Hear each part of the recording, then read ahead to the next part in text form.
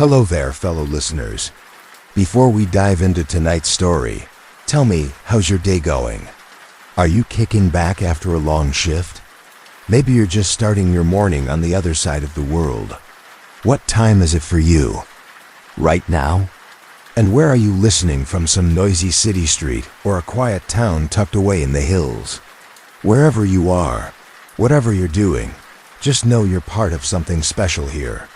This is Mr.X Files, where we peel back the thin veil between what we know and what we fear. If you're new, welcome to the family. If you've been with us a while, I appreciate you. Don't forget to hit that subscribe button and stick around. We've got stories that'll make you double check the locks and question what's real. Tonight's story is called The Hollow Oath. It's about power, control, and what happens when the truth is buried so deep, even the ones closest to it can't tell which way is up. Let's get into it. The applause crashed through the convention hall like a rolling storm. Hundreds of hands clapping in rhythm, feet pounding, cheers echoing off the steel rafters. Up on stage, Gideon Klein stood tall behind the podium, illuminated by the white-blue glow of stage lights. The American flag backdrop fluttered slightly in the climate-controlled air, perfectly lit and perfectly placed. He smiled broad, warm, believable. The kind of smile that made folks lean forward in their chairs. He looked less like a politician, and more like the neighbor who always helped carry your groceries. Ladies and gentlemen, he began, his voice deep and measured, steady as a sermon. I stand before you not as a career politician, but as a servant who has answered his country's call before, and is ready to answer it again. Somewhere in the back of the crowd, Mara Chun leaned against the press railing, arms folded. She didn't clap. She didn't even blink. She'd seen this kind of man before. Mara wasn't just another journalist with a notepad and a press badge. She was a former DARPA profiler trained to break down behavior the way others broke down chess moves. And while most candidates reeked of desperation and manufactured charm, Gideon Klein was too polished. Too good. His backstory read like campaign gold. Army Ranger 3 tours in Afghanistan. Purple Heart, law school on the Garmbill, prosecutor, married his college sweetheart, 2 kids, coached Little League, Sunday churchgoer.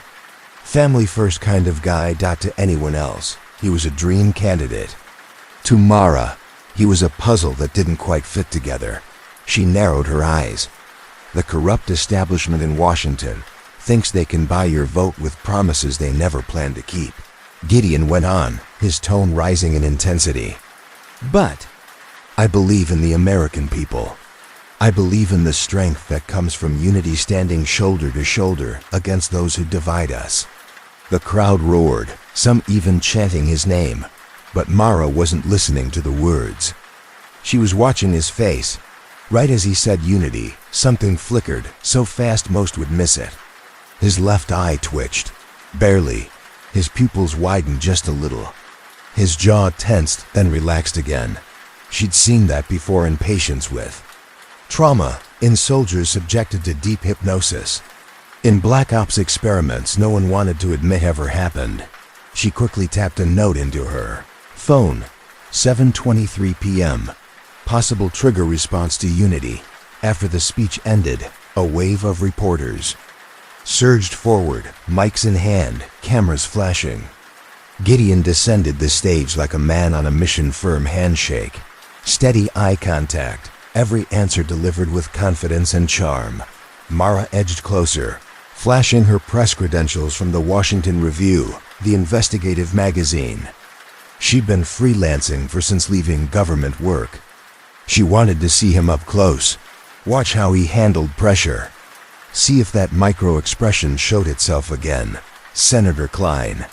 Someone called out, "Your opponent claims you lack foreign policy experience. Care to comment?" Gideon didn't miss a beat. "I've served this country in uniform, and I've served it in the courtroom. I know what conflict looks like up close. And I know what peace costs. Sometimes The best foreign policy is making this nation strong enough, moral enough that others follow our lead. Not because they're afraid, but because they want to. It was a good answer, natural, strong, and most importantly, believable. But as the press began to thin and the crowd trickled toward the exits, Mara caught it. Again another blink in the mask, something small. Something strange. Just enough to make her gut twist. Gideon was leaned in close to his campaign manager. A gaunt, sharp-suited man with silver hair and a permanent frown etched into his face. They spoke in hushed tones, but it wasn't the content of the conversation that grabbed Mara's attention. It was the language. Russian. Her pulse skipped. She knew the language instantly. 4 years at Georgetown, and 2 more buried in Soviet-era PSYOPs research while working for DARPA, had trained her ears to recognize even the subtleties of dialect. She blinked, recalibrated. According to every public record, every puff piece, and campaign biography, Gideon Klein was born and raised in rural Pennsylvania. He'd only left the U.S. when he enlisted. No mention of Russian, no study abroad, no cultural ties. So what the hell was he doing casually speaking it with his campaign manager? Mara angled closer, pretending to check her phone. But the manager saw her. His eyes narrowed as he leaned in and muttered something in Gideon's ear. Gideon turned slowly, and for a second, his face went blank. No smile, no warmth, no recognition. Just emptiness. He wasn't looking at her. He was looking through her. Then, just like flipping a switch, the charm returned. That practiced, affable grin slid back into place. "Can I help you, miss?" he asked, voice smooth, friendly. But there was something underneath it. A tone she couldn't quite name, something controlled, calculated. She stepped forward and extended a hand. "Dr. Mara Chun, Washington Political Review. I was hoping to ask a few questions about your platform." He took her hand. Firm grip, professional, but his palm was cold, damp, almost clammy. "Of course," he said. "Though I should mention, I don't actually speak Russian, if that's what you're wondering." He smiled a little wider too. "Fast. My campaign manager's been teaching me a few phrases. We've got a decent-sized Eastern European community in this district." She hadn't asked about Russian. He just handed her red flag number 3. "Actually," she replied, keeping her tone light, "I'm more interested in your military background. Your 2nd and 3rd deployments, specifically. There seems to be a bit of a gap." There it was again, the flicker. His pupils contracted. His jaw set just slightly. Barely visible tension rippled across his face before settling. "I'm not sure what you mean," he said carefully. "My record's public." "Yes," she said, studying him. "But there's a 6-month stretch labeled special assignment. No base listed, no location, just dates." Before Gideon could answer, the campaign manager stepped in. "I'm sorry, the senator needs to prepare for another engagement. Perhaps we can schedule a formal interview later." Mara didn't protest. She simply handed over her card. "I'd like that very much," she said. As they turned to walk away, she heard the manager whisper something low and sharp into Gideon's ear, too quiet to catch the words, but the tone made her stomach knot. Gideon's shoulders straightened. His arms hung a little more rigid at his sides. It was subtle, but unmistakable. A posture drilled into him, military, obedient. That night, Mara didn't sleep. She sat at her laptop, cross-referencing public records, flagged deployment logs, archived interviews, anything she could find to stitch together the seams that didn't add up. The deeper she dug, the more it disturbed her. His service record was pristine. Too pristine. No infractions, no disciplinary actions, not even a late PT report. And his combat history? Practically Saint Dash, like in 15 years of studying trauma and battlefield psychology. She'd never seen a clean file from anyone who'd actually seen blood. War left messes in paperwork and in people, and yet, Gideon's file looked like. It had been scrubbed with bleach. Then she pulled up something that made her hands go cold. A series of psychological evaluations buried under generic titles accessed through a favor from a friend still at the Pentagon. She reads slowly, eyes narrowing with each line, exceptional under duress, unusual capacity for emotional compartmentalization, resistant to coercive interrogation. Candidate demonstrates adaptive resilience consistent with covert, psychological conditioning. Those weren't standard assessments. Those were the kind of notes applied to deep cover agents operatives trained to resist torture, lie under pressure, split their identity into operational silos. Mara jotted it all down. Possible intelligence ties, verify deployment site, cross-check black program rosters. The next morning, she got a news alert. Sarah Martinez, reporter for the Washington Post, found dead in hotel fire. Her throat tightened. Sarah had been one of the most careful journalists Mara knew. Obsessively detail-oriented. Had a reputation for triple-checking sources. They weren't close, but they'd shared coffee a few times at conferences, traded leads. Mara remembered how Sarah always unplugged hotel appliances and kept a small fire extinguisher in her trunk. Paranoid after a series on hotel arson years earlier. The official cause? Faulty wiring. But Sarah had been working on something. A story about strange funding and voter data manipulation linked to multiple rising political stars. Gideon Klein was one of them. And now Sarah was dead. She didn't smoke. She never left electronics plugged in.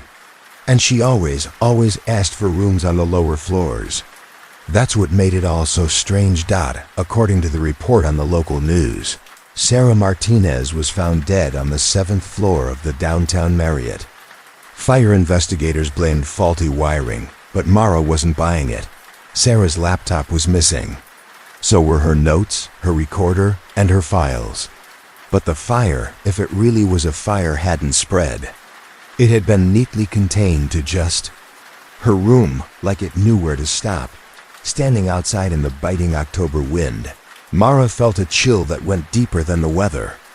This wasn't just a tragic accident. She'd seen clean jobs before. She knew what they looked like.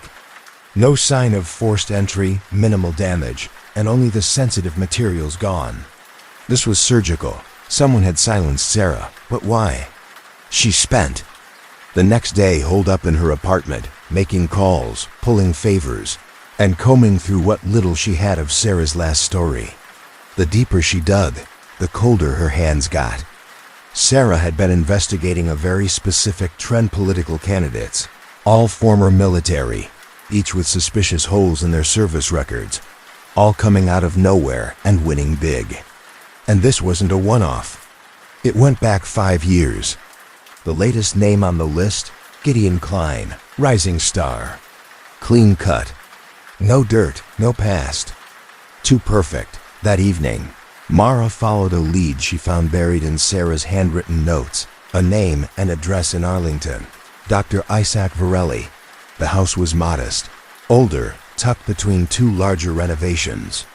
A porch light flickered over the steps, and the hedges had gone wild. When he opened the door, Dr. Varelli looked older than the photo she'd found online. His gray hair was thin, swept back. He wore a faded Georgetown University sweatshirt, and in his hand was a chipped mug that smelled faintly of chamomile, and something sharp and herbal underneath. "You're not the first reporter to come knocking," he said without greeting, voice low and tired. "But you might be the first one who actually understands what you're looking for." Before she could speak, he stepped aside and gestured her in. His voice softened slightly. "I recognized your name. Dr. Chun, right? Your papers on trauma-based conditioning, particularly the one on second-phase psychological compartmentalization. Quite good." The inside of his house was a controlled mess book stacked in every corner. Binders, film canisters, yellowing folders. The walls were a collage of his life. Black and white photos of lab facilities, military bases, government plaques, and Children, dozens of them, in structured group shots. Summer camp smiles frozen under fluorescent lighting. "I've been waiting for someone like you," he said, settling into a cracked leather armchair.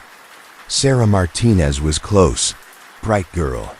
But she kept chasing the surface, the candidates, the symptoms. He leaned forward. "You're asking about the disease, the program." Mara clicked her recorder on, her notebook balanced on her knee. "What program?" He looked her dead in the eye and whispered, "Echo Protocol." He sat back slowly, like even saying the name out loud had weight. It was the answer to a question no one ever admitted to asking. How do you build the perfect political figure? Not just someone who looked the part. Someone controllable, programmable, activitable. Someone who could sit in a room full of journalists or senators and mean every word they said, while still following deeply embedded commands they weren't even aware of. Mara blinked. "Like Nika Ultra?" Varelli let out a quiet, bitter laugh. Nikavro was a mess. Psychedelics, crude hypnosis, sloppy trauma. That was all about tearing people apart. Echo was about construction, structure, identity design. We didn't break minds, we built them. His eyes flicked to a photo across the room. A group of teens about 12 or 13 stood in front of a squat, institutional building that looked half school, half military academy. The kids were smiling, but their expressions were off. Something too uniform in their posture, too practiced in their cheer. "We started with children," he said, voice softer now. "Specifically kids from military families. Kids who already understood obedience, hierarchy, rules. We created what we called leadership development programs, except they weren't. They were conditioning environments. Controlled exposure to stimuli. Rewards, punishments, reinforcement cycles. Everything carefully measured." He pointed toward the photo. "Look close. You'll start to see it once you know what to look for. The symmetry in their poses. The micro-expressions. That same calm smile. Gideon had it too, didn't he?" Mara didn't answer. She didn't need to. She remembered watching Gideon during a live interview the week before, how composed he was. Unnaturally so. Like nothing could surprise him. Like every word had been rehearsed, but not memorized, like it came from something deeper. The genius of Echo, Varelli continued, was in the split. "We built multiple personalities, sure, but not like in those old Hollywood movies. There wasn't some snarling alter ego lurking underneath. No, the surface personality was completely real. Thoughts, feelings, motivations, all genuine. But underneath, there was a structure, a set of instructions. Commands embedded so deep they'd never even feel them." Mara's hand trembled as she wrote, her pen slipping once across the page. She was trained for this.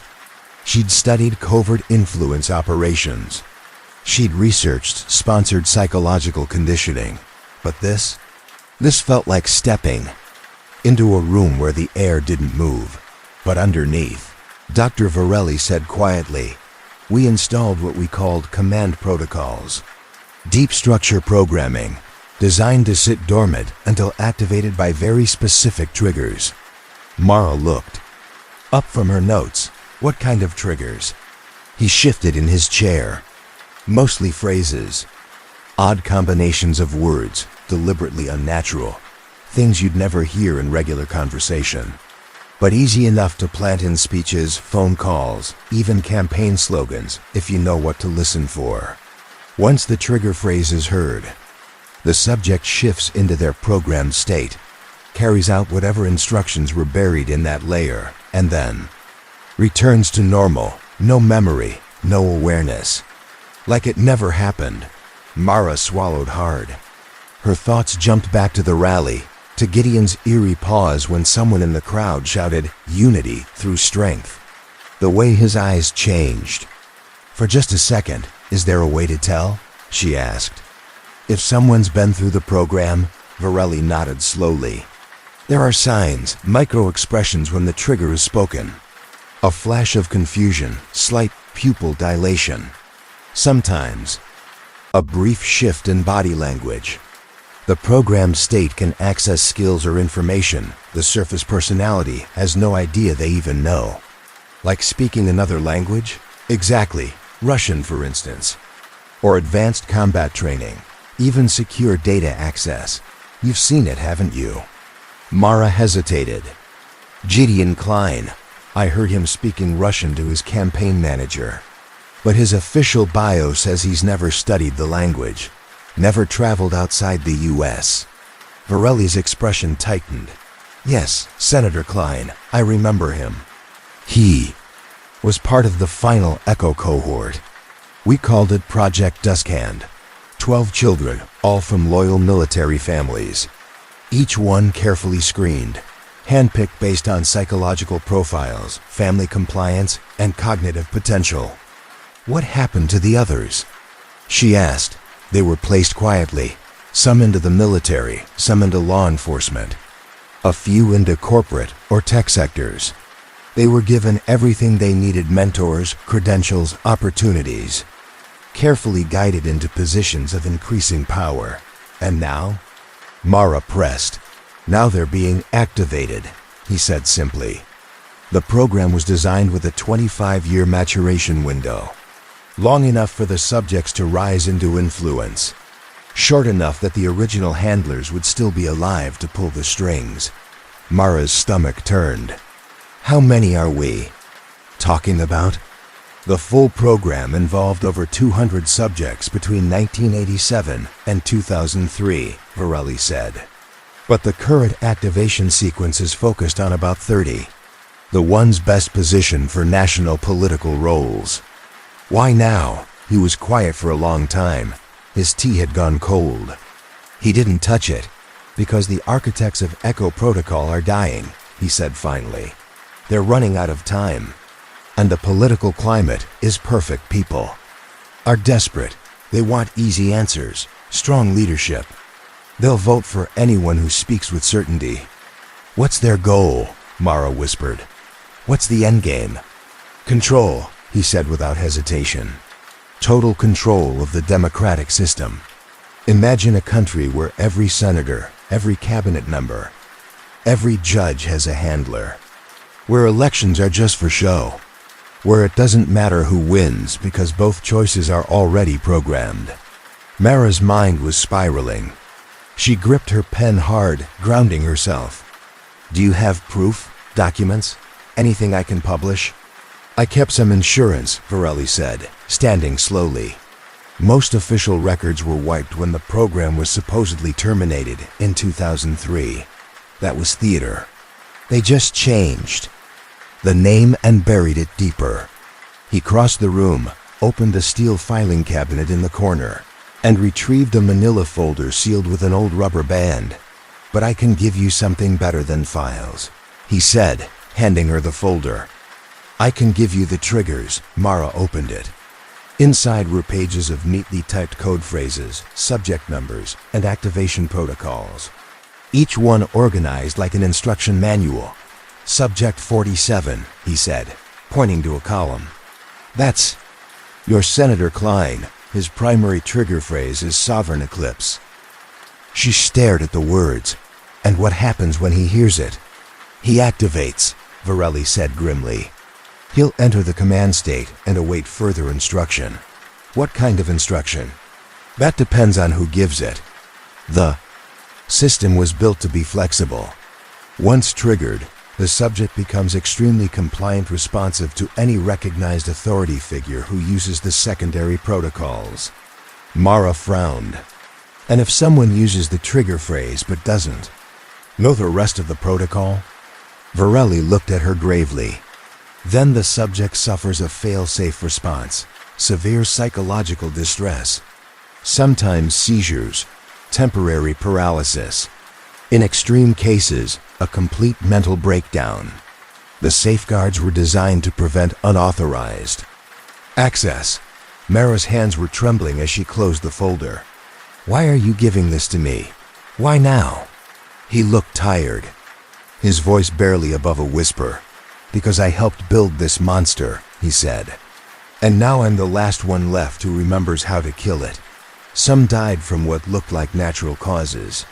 Others, accidents that weren't really accidents. I'm the last person left who fully understands the program. What do you want me to do? Mara asked, her voice tight with nerves. Expose it, Dr. Varela said quietly. But be careful. These people, they've been building this thing for decades. They've got money, contacts, and ways to make people disappear. Like Sarah. Martinez? Mara asked, even though she already knew the answer. Dr. Varela didn't respond. He didn't have to dot as Mara stepped out of his house into the chilly evening. She spotted the same black sedan still parked across the street. It had been there when she arrived, engine off, windows tinted. Now, hours later, it hadn't moved. Her stomach clenched. They were watching her. The next few days bled together in a haze of fear and obsessive research. Mara barely slept. She lived on coffee and adrenaline, jumping at every unexpected noise, every shadow that lingered too long. She kept Varela's files locked in a storage unit she'd rented under a fake name on the edge of town, nothing traceable. Inside the dim, dusty unit, she sat cross-legged with a lantern and pored over the pages of classified material he'd handed over. Echo protocol. At first, it didn't seem real. The language was clinical, detached, just another government experiment, buried under layers of jargon.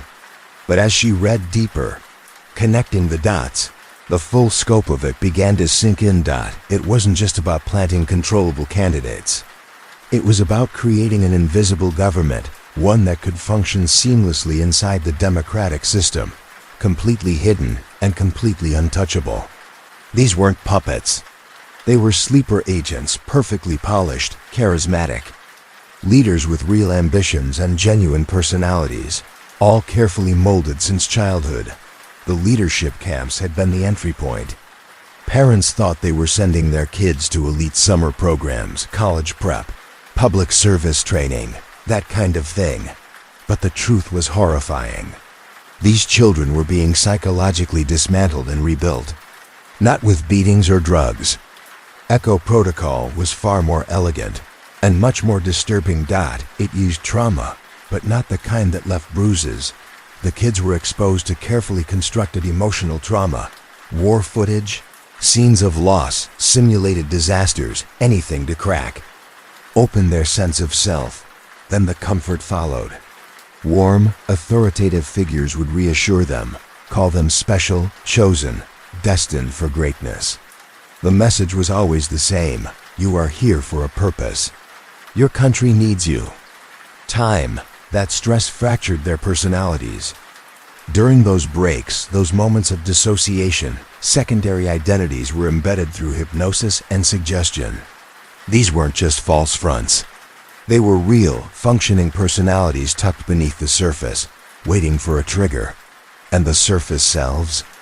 They never knew. They thought their ideas, their passions, their career paths were their own.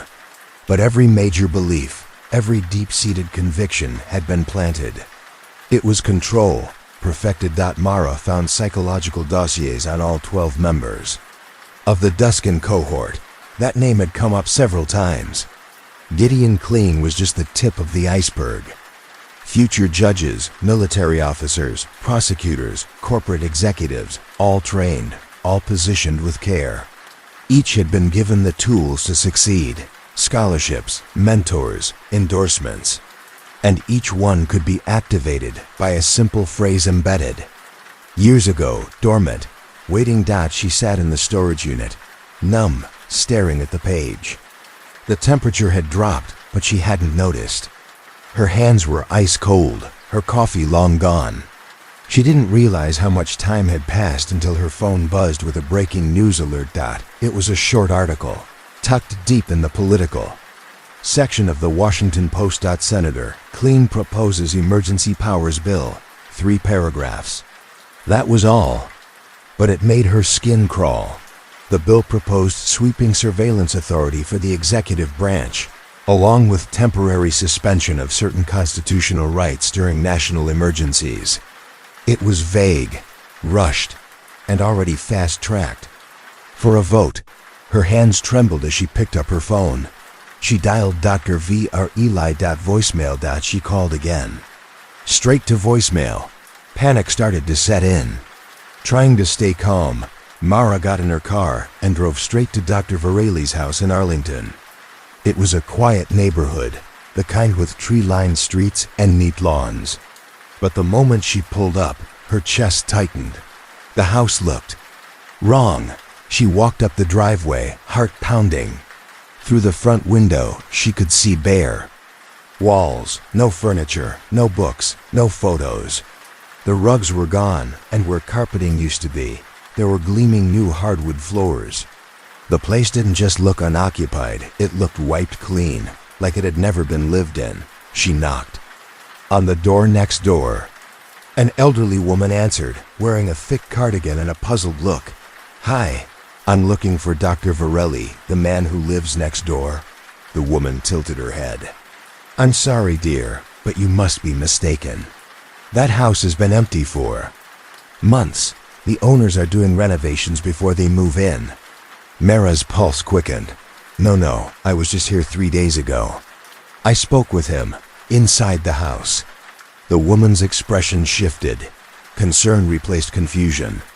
"Are you sure you're feeling all right? That house has been empty since spring. I've been keeping an eye on it for the real estate company. No one's been living there." Mara stared at her, barely hearing the rest. Her thoughts were spinning. She knew she'd been inside that house. She'd sat across from Dr. Varelli.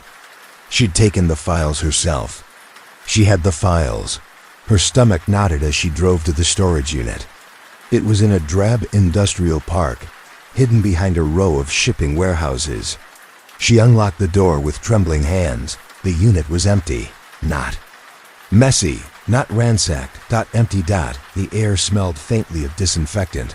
The concrete floor had been swept. Even the dust was gone. There was no sign anyone had stored anything there ever. She called the storage company, trying to keep her voice steady. "Hi, I rented a unit here under the name Allison Granger about a week ago. Unit 204. A pause. Some keyboard clicking. "Sorry, ma'am, but we don't have any record of that name or that unit being occupied recently. There has to be a mistake." "Hang on a second." More typing. "Nope. Unit 204's been vacant since last August." "I'm looking at the log now." Mara hung up, her hand shaking. This wasn't paranoia. Someone was erasing her trail. Someone with access. Someone who had planned for this. But they'd missed one thing. Mara never trusted anyone's system, not even her own memory. She'd photographed the key documents with her phone, then uploaded them to an encrypted cloud server she'd used during past investigations. She unlocked her phone, opened the photo gallery, scrolling. Gone. Every image, every folder, gone without a trace. She checked the cloud account. Nothing. Not even a login history. It was like none of it had ever existed. She sat in her car, staring at the dashboard. The panic was there now, in full force. But beneath it was something stronger. Cold, burning rage. They might have taken the files, but they couldn't erase her memory. Muscle memory ran deeper than data. She remembered the phrase, sovereign eclipse. She remembered how the trigger worked, the markers of dissociation, the tiny tells that showed the programming was active. Gideon's psychological profile had been thorough. His conditioning was deep, but not flawless. She just needed one opportunity. It came 2 days later. Gideon Kleen was scheduled to speak at a high-dollar fundraising dinner at the Willard Hotel, the kind of event where press was limited and access was restricted. But Mara had spent years working sources. She knew people. A friend in hospitality owed her a favor. Within a day, she was on the catering staff list. She wore black slacks, a white button-up, hair pinned back, makeup minimal. Just another anonymous server. No one gave her a second look. The ballroom glittered with money and power. Crystal chandeliers, linen-covered tables, servers with trays of champagne and duck confit. Mara moved quietly among them, watching everything. Gideon was magnetic, confident, every smile calculated, every handshake firm. He moved through the crowd with practiced ease. But Mara watched his eyes, his mouth, the way his jaw clenched whenever certain phrases were spoken. Unity, sovereignty, eclipse of democracy, each time a flicker, a twitch at the corner of his mouth, a blink that lasted half a beat too long. His body responded even if his conscious mind didn't. The programming was real. Later, during the speech, she maneuvered herself near the head table, carrying a tray of drinks. She stood still as he spoke about national security, about strong leadership for unstable times. The language was vague, clean and vague, but the subtext was clear. He was laying the groundwork. After the applause died down, the reception began. Mara kept serving, kept listening, until she caught a conversation near the bar that made her stop mid-step. Two men, both in tailored suits. One was Gideon's campaign manager, the other unknown. Silver hair, controlled posture, the kind of man who didn't need to raise his voice to be heard. The campaign manager leaned in slightly. "So, when do we implement the next phase?" After the election results came in, one of the men leaned closer and said in a low voice, "Once he's sworn in, we can begin the full activation sequence. The emergency powers bill gives us the legal cover we need." Another nodded. "Everyone's in place: judges, prosecutors, military brass, CEOs. 25 years of work. And it's all falling into place now. What about the Chun woman?" Mara, listening from the shadows, felt a cold spike of fear shoot through her spine. "She's been dealt with," the man replied calmly. "Huh. Credentials are revoked. Her sources neutralized. Research completely wiped. If she tries going public now, she'll come off like a raving conspiracy nut. Should we handle her more directly?" Someone else asked. "Not yet. Too many. Dead reporters gets the wrong kind of attention. We'll watch her. If she becomes a real problem, we'll handle it quietly." Mara's hands trembled as she kept her posture steady, pretending to be just another caterer clearing glasses. Inside, she was screaming. They knew about her investigation. They'd gutted her work, cut off her access, and likely killed Dr. Varley along with anyone else who might have backed her up. But they'd slipped. In their arrogance, they mentioned a broader network, other activated subjects. That was something. If she could find them, prove they followed a pattern, she might still have a chance to expose this thing before it was too late. She had no idea where to start. The only subject she'd been able to connect to the program was Gideon Clean, and now he was days away from being sworn in as a U.S. Senator. Unless she could stop him first. It sounded insane, dangerous, probably fatal. But it was all she had left. She had to test the trigger phrase, had to prove Gideon was compromised.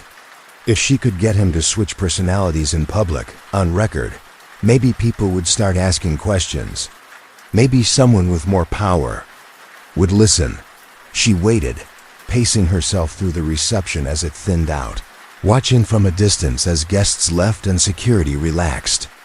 Eventually, Gideon stood chatting with a tight circle of donors near the bar. She took a deep breath, wiped her palms on her skirt, and stepped into the group. "Senator Clean," she said, voice even but clear. "On Dr. Mara Chun," he turned, that polished politician's smile sliding into place, but his eyes betrayed him. He remembered her. "Of course, Dr. Chun," he said. "Though I should clarify, the legislation isn't about emergency powers in the alarmist sense. It's a set of security measures, nothing more." She nodded, feigning interest. "I see. And do you believe these measures are necessary to prevent what you might call a sovereign eclipse of our democratic institutions?" The change in him was immediate. His pupils flared. His spine went rigid. His face lost all expression, like someone had flipped a switch inside him. "Agent Chun," he said flatly, in a voice with no emotion. "You are not authorized for this operation.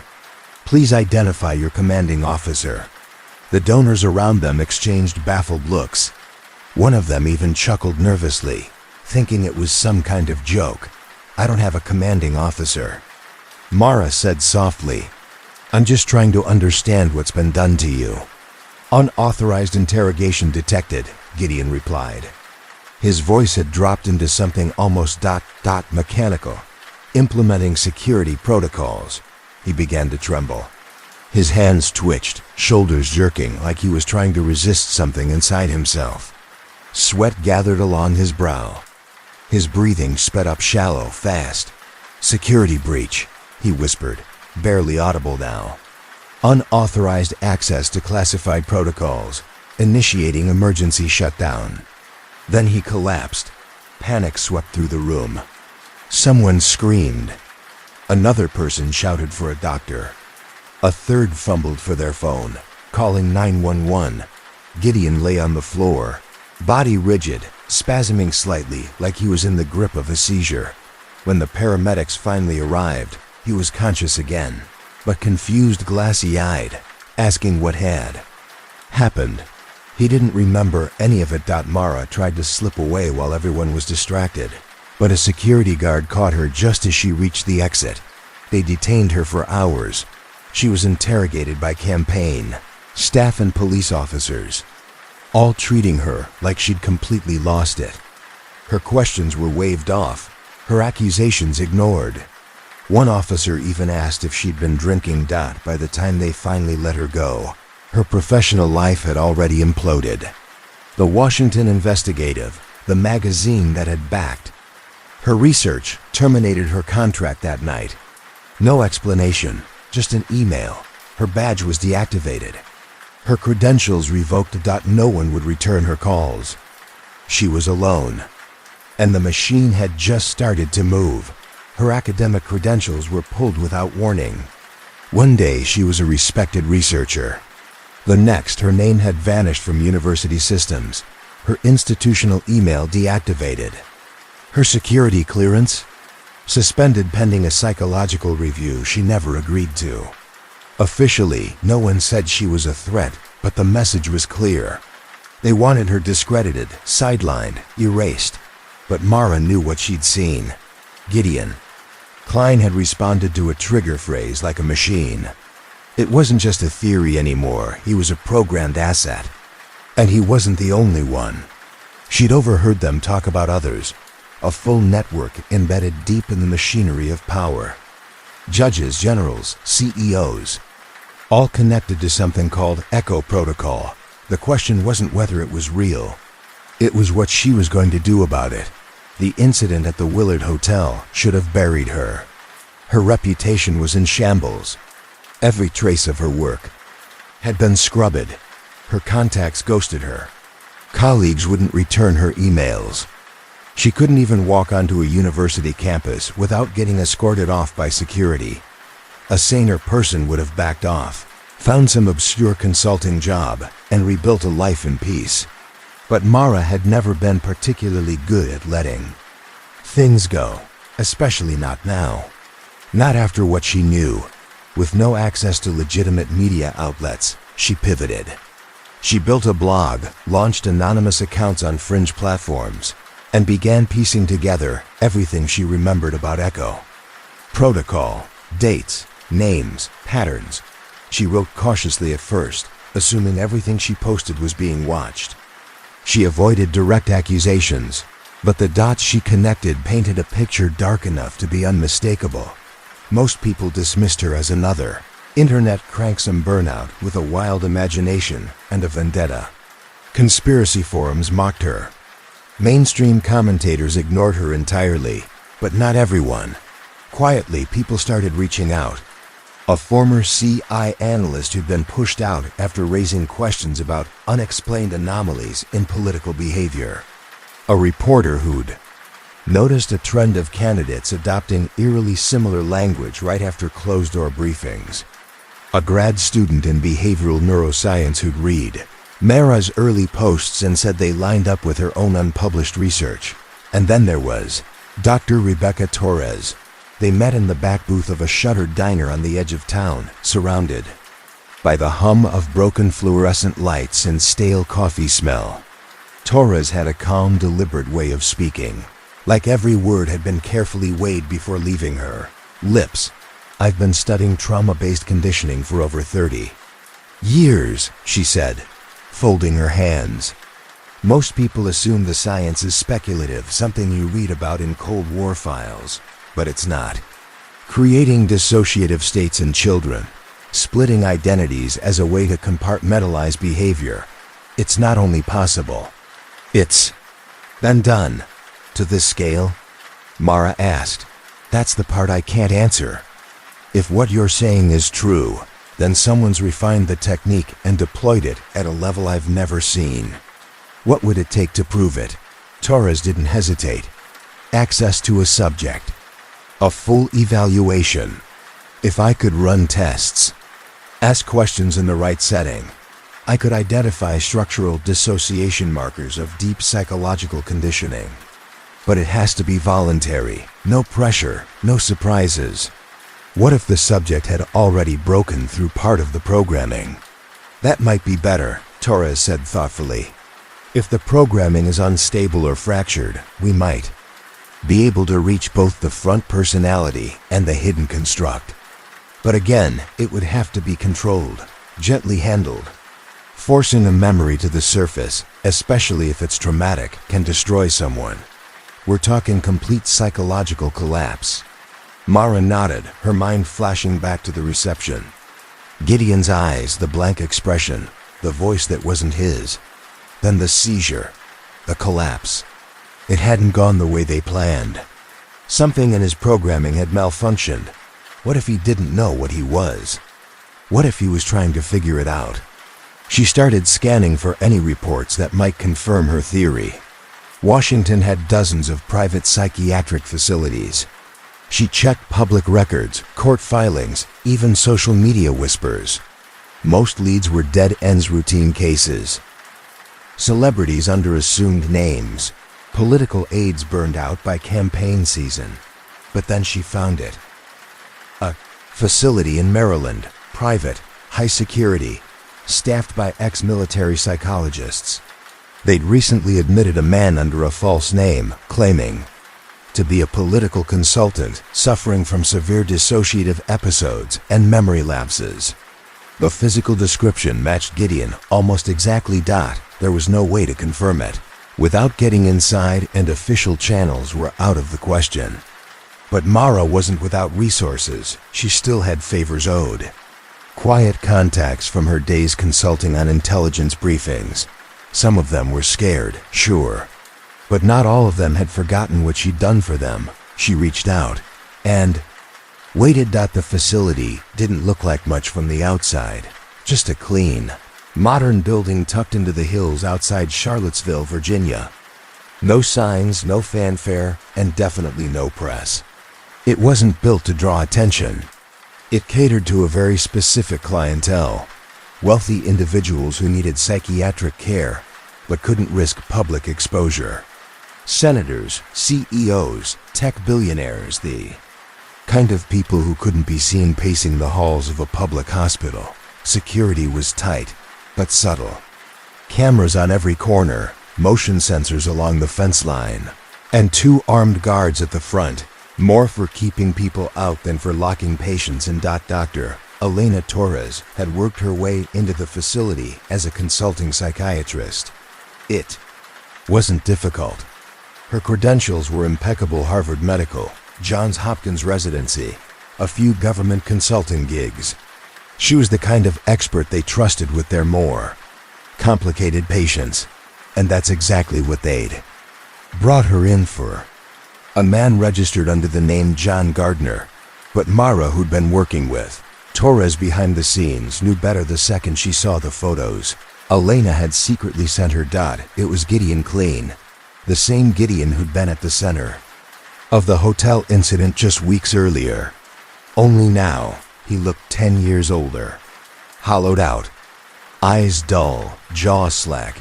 His posture defeated like someone stuck between two realities. He's not the same. Torres had told Mara over the phone. He's experiencing full-blown dissociative episodes. Memory loss, fragmented identity. Some days he doesn't even know what year it is. And get this, he thinks he's still in the army. No memory of his political career? None. It's like it never happened. What about the programming? Mara asked. Torres hesitated. It's there. You can see it in the structure of his personality. It's compartmentalized classic conditioning. He has these blank spots, places where something else, someone else, takes over. Can you access it? Maybe, but it's dangerous. If I hit the wrong trigger, I could cause a complete breakdown, psychotic collapse, catatonia, maybe worse. Mara was quiet, then said, "We need to try. We have to know what they did to him." Torres agreed, but only under strict controls.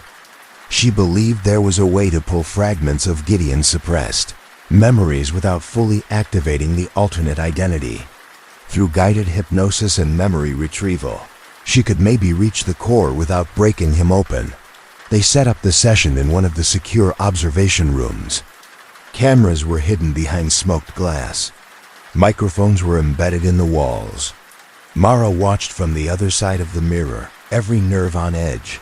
Gideon sat in a reclining chair, eyes half closed, his breathing slow and even. Torres's voice was soft but steady. "I want you to go back," she said gently. "Back to when you were 12. It's summer. You're at camp." At first, Gideon didn't speak. Then his brow furrowed. "It wasn't a normal camp," he said slowly. "Not like the others went to, the counselors. They were military. Everything was strict. We had to line up, do drills." "What kind of drills?" "Mostly mental.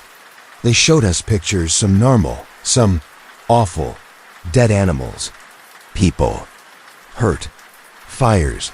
They said we had to get used to disturbing things. They said leaders had to be strong." "How did it make you feel?"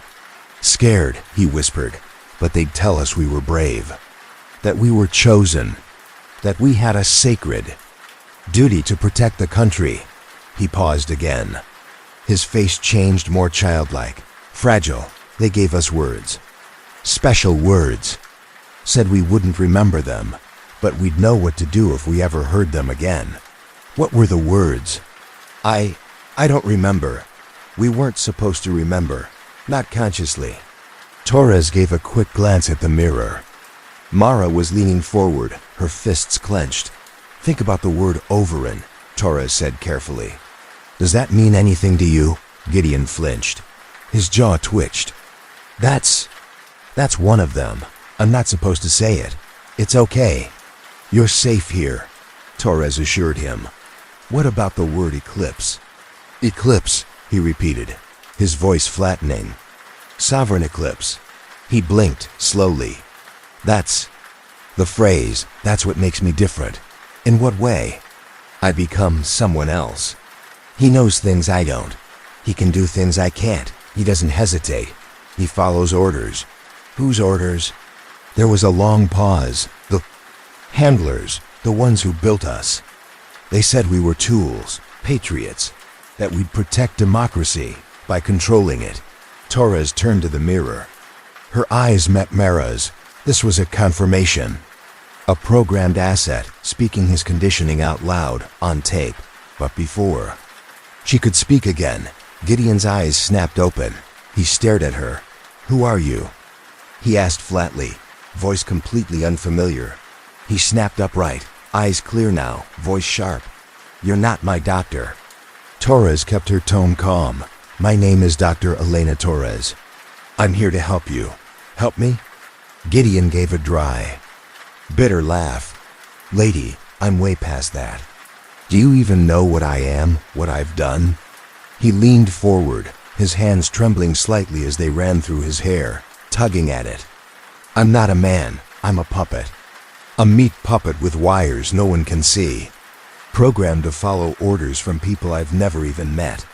I lived my whole adult life thinking I was making choices, fighting for what I believed in. But it was all a script. And it started when I was 12. He exhaled shakily and sat back, staring up at the ceiling as if trying to piece himself back together. The sickest part is, some of it was real. My love for my country, that wasn't fake. My need to serve, to protect people, that came from somewhere honest. But they took it. They twisted it. They turned it into something monstrous. Torres's voice was steady, but there was a slight edge to it now. What do you remember about your time in the Senate? Gideon stared into space, bits and pieces. Like someone flipped through a photo album and pulled out the worst pages. I remember sponsoring laws I knew were wrong. I remember meetings with people who made my skin crawl, but I couldn't say no. I remember watching myself speak in committee, hearings, and feeling like I wasn't even in my body. Like I was just deserving. Torres glanced at Mara through the glass, then asked gently, "The Emergency Powers Act. Do you remember why you introduced it?" Gideon went pale, his lips parting just slightly. Oh God. The act. That wasn't supposed to happen yet. I was triggered 2 early months ahead of schedule. Someone pulled the trigger before the election. What was the act designed to do? He looked down at his hands, flexing them as if unsure they still belonged to him. It was a blueprint for martial law, legal cover for suspending constitutional protections indefinitely. The final phase. After that, everything falls into place. Torres leaned in. What plan? He looked up at her, the horror plain in his eyes. A shadow government, not metaphorical, real. Built from the inside out. People like me programmed.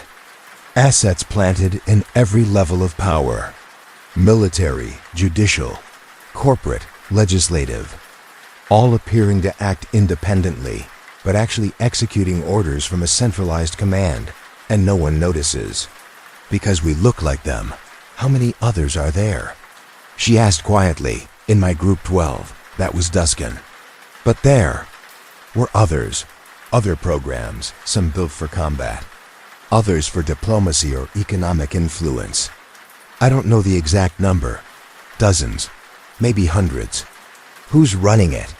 I don't know their names, Gideon said, shaking his head. But I know how they're organized. A consortium: intelligence vets, defense contractors, CEOs, people who decided democracy was too unstable to be trusted with real power. They wanted the illusion of choice. Elections, press briefings, debates, just theater. They control the outcome. Behind the glass, Mara's stomach turned. She had feared this, suspected parts of it. But hearing it spoken out loud made it concrete in a way she hadn't prepared for. It wasn't just corruption. It was engineered subversion, systemic, generational. Can the conditioning be reversed? Torres asked, her voice lower now. Gideon looked unsure. I don't know. Whatever happened to me at the Willard, it broke something. I think that seizure scrambled the signal. I can remember things now, both versions of me. The soldier, the senator, the puppet. But I don't know if that's permanent. I don't know if they can turn me back on. What if we try to expose this? Mara asked, stepping into the room for the first time, unable to stay silent any longer. Gideon looked at her like she was a child. They'll bury you, discredit you, make you look unstable. Destroy the recordings, kill the witnesses. You think I'm the first one to figure this out? People before me tried, journalists, whistleblowers, some had proof. Didn't matter. They ended up dead or locked away in psych wards. But you have insider knowledge. You're the proof. What proof? He shot back. My testimony? I'm a disgraced politician who had a breakdown on live TV. They'll say I'm delusional. A paranoid traitor. They control the narrative. The media, the agencies, the courts. I'd be a footnote. Torres and Mara exchanged a look. He wasn't wrong. The testimony of a single broken man wouldn't be enough. Not in this climate. Not without ironclad evidence. Still, they had something. The recording. Gideon's voice, his words, his confession. And Torres's own psychological notes, clear indicators of compartmentalized conditioning. It might not be enough to bring down the whole machine, but maybe, just maybe, it could start the conversation. "There's something else," Gideon said quietly, eyes shifting toward the corner of the room like he expected someone to be listening. The activation. It wasn't supposed to happen for another 6 months. Someone had tripped the trigger too early. That could only mean one of two things. Either the operation schedule had suddenly been pushed forward, or something had broken down in the chain of command. "What does that mean, exactly?" Mara asked, pacing Dr. Torres's office with a tight jaw. Dr. Torres leaned forward, her voice low and steady. "It means they're vulnerable. If the programming failed once, it could fail again. And if enough of them start to break down at the same time, the entire operation could unravel." Over the following days, Dr. Torres worked with Gideon to piece together what he remembered about the other assets. The details came in fragments.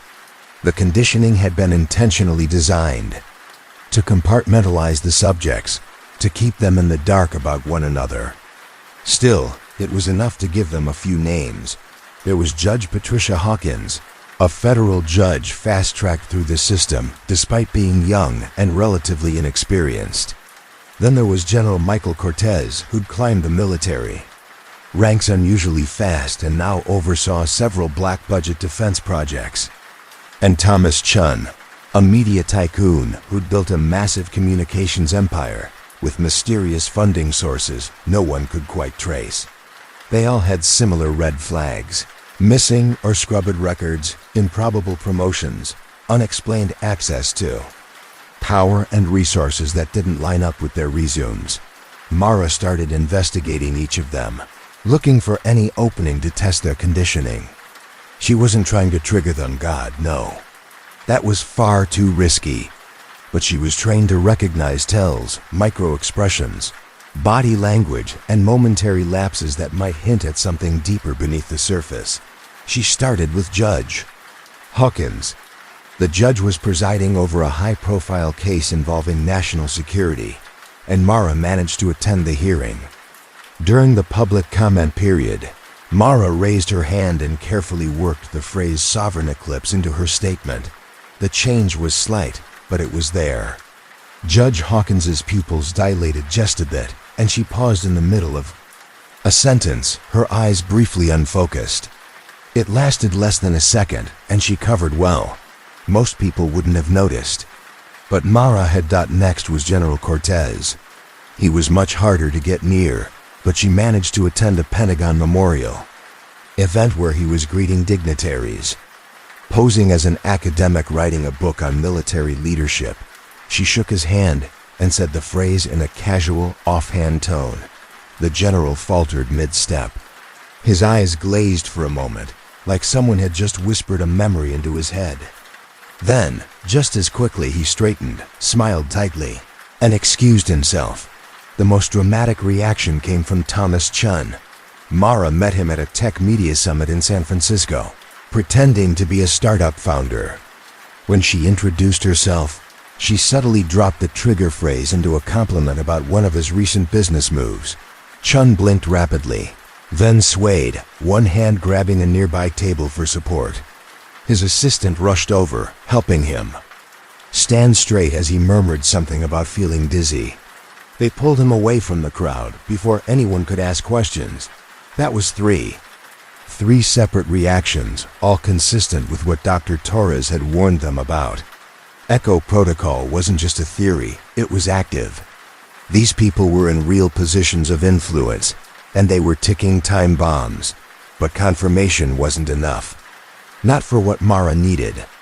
She had to find a way to expose it in a way no one could cover up or spin as coincidence. The break came with a simple call from Dr. Torres. Gideon's being released. What?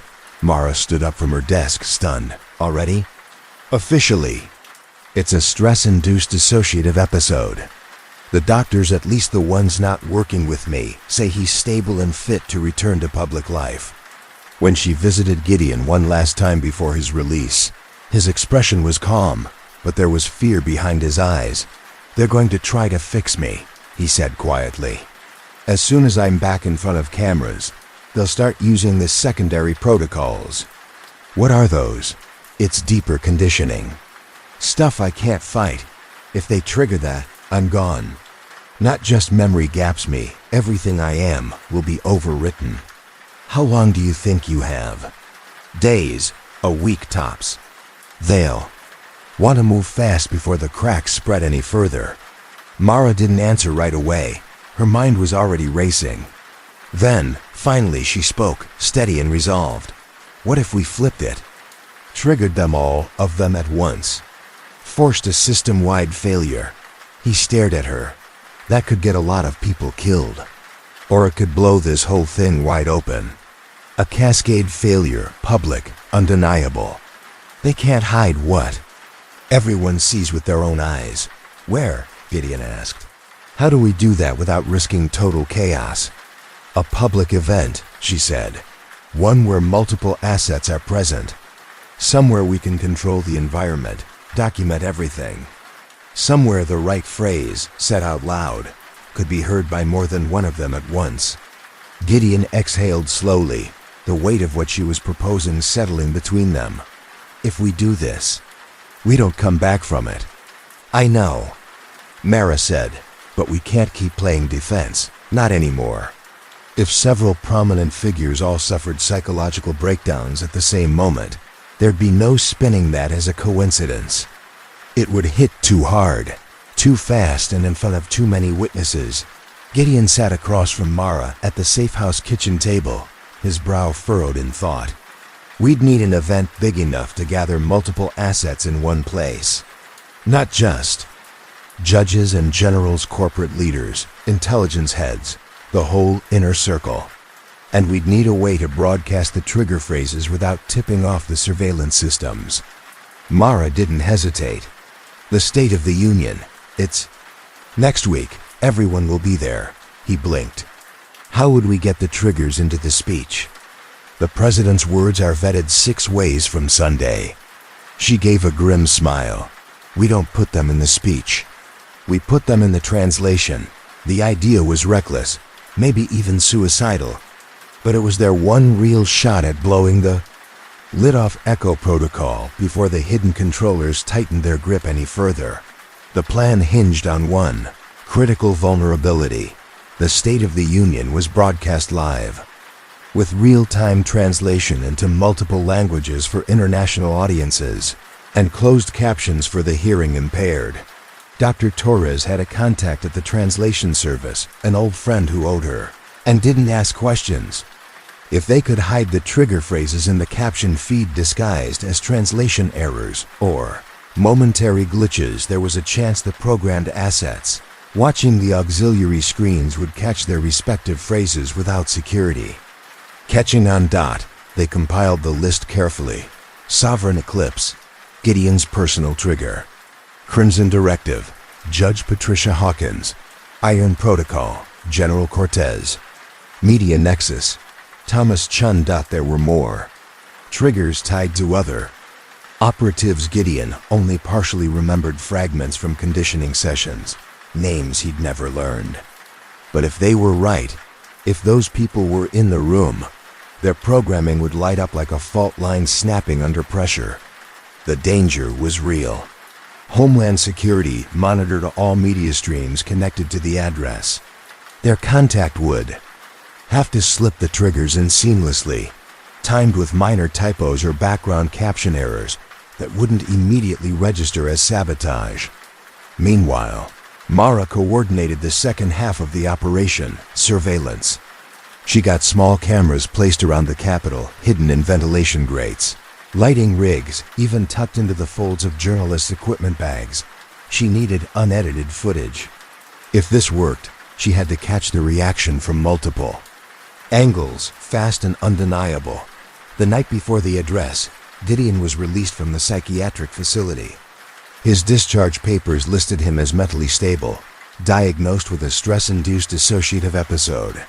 The public wouldn't know the real reason he'd been institutionalized, at least. Not yet. Mara picked him up at a side gate just after midnight. No cameras, no press. They drove in silence for nearly an hour before reaching the safe house Torres had arranged, tucked away in a wooded corner of Maryland, just beyond the city. Dr. Torres met them at the door, hair tied back, eyes heavy with worry. Final prep's done. We only get one shot at this. Gideon gave a slow nod, but it was clear his mind was elsewhere. You sure you want to go through with it? Torres asked him gently. This could end badly for all of us. If we don't do it, we're just delaying the inevitable. Mara cut in before he could answer. At least this way we might take the system down with us. Gideon looked out the window toward the faint orange glow of DC on the horizon. I keep thinking about the others, he said finally. The ones from the program who haven't been activated yet. They don't even know what they are. They're living their lives, getting married, raising kids, believing they're normal. Mara stepped beside him, her voice low but firm. Their lives were taken from them the day they were programmed. They're already living inside a lie. If we don't stop this, they'll never have a choice. The next evening, they sat together in the dim safe house living room, a laptop connected to a secure feed of the broadcast. The State of the Union began at exactly 9 p.m. President Martinez stepped up to the podium to thunderous applause, offering his standard opening acknowledgments to Congress, the Supreme Court, and special guest. Mara leaned forward, watching. The closed caption feed scrolled beneath his words. For 20 minutes, nothing. The translations were crisp. The captions smooth. Then it came. In the middle of a sentence about energy policy. The text stuttered. Just a flicker, but there it was. Sovereign eclipse appears momentarily in translation error. Mara's breath caught. She scanned the crowd on the live camera feed, eyes locking on Senator Robert Hayes, Gideon's replacement. The man sat up straighter in his seat, his previously neutral expression going oddly blank for a split second, then reformed into a controlled, practiced smile. That's him, Gideon whispered. They passed my seat to another programmed asset. 5 minutes later, another error appeared on the caption feed. Crimson directive scrolling and caption malfunction. Mara didn't need to be told where to look. Judge Hawkins, seated behind the Attorney General, blinked hard as though something inside her had just been flipped. She rubbed her temples briefly, then whispered something to the aide beside her. Her eyes darted around the chamber, not with panic, but with calculated recognition. Torres sat back slowly, eyes wide, one hand pressed to her mouth. It's working, she said softly. God help us. It's actually working. Judge Hawkins sat stiffly in her seat near the front of the Supreme Court section. Then, without warning, she stood up as if to leave, but halfway through the motion, she froze. Her face twisted in confusion, eyes darting around like she had no idea why she was on her feet. She sat back down slowly, like her body was moving on instinct, but her brain wasn't keeping up. Then the third phrase hit. General Cortez, seated among the Joint Chiefs, stiffened like a man grabbing onto the last thread of self-control. His hands started to tremble. A line of sweat rolled down from his temple, even though the chamber was cool. He looked straight ahead, jaw clenched so tightly it looked painful. Something was breaking inside him, and he knew it, but it was the fourth phrase that blew everything apart. The words Media Nexus flashed across the caption screen just above the podium. Up in the press gallery, Thomas Chen, one of the most respected political correspondents in the country, jerked in his seat like he'd been tasered. His notebook slipped from his lap. Then he started to convulse violently. His limbs thrashed. His face twisted and foam collected at the corners of his mouth. Several people jumped to help, security rushing in, trying to make space around his body. That alone would have been bad enough. But then something one could have predicted happened. One of the paramedics who had rushed in to treat Chen looked up at a nearby screen.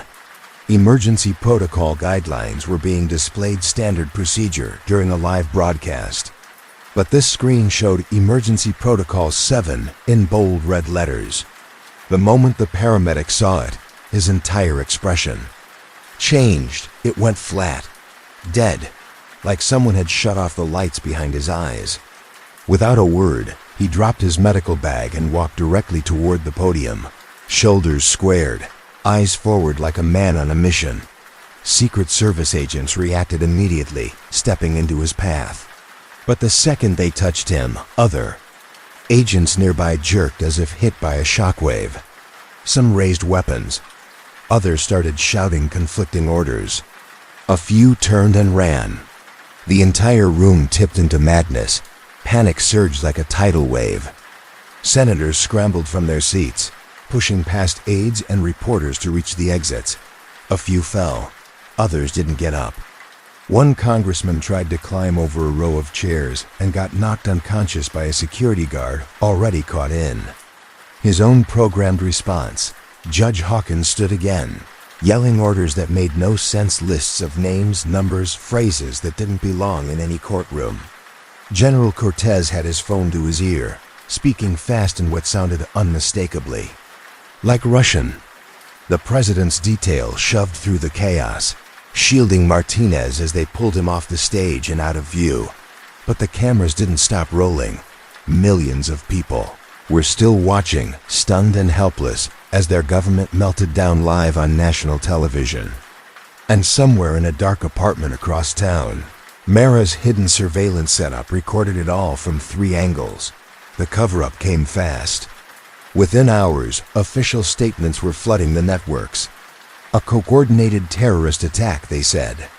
Some kind of neurological weapon had been used, targeting high-value officials during the State of the Union. The victims were being praised as heroes. Most had suffered permanent brain damage in the line of duty. But the footage, raw and unedited, was already on the internet. Clips of General Cortez sweating and shaking, Judge Hawkins reciting nonsensical commands, Thomas Chun's seizure, soundbites of security agents turning on each other, spouting broken phrases like Stage 2 in motion and Directive Override.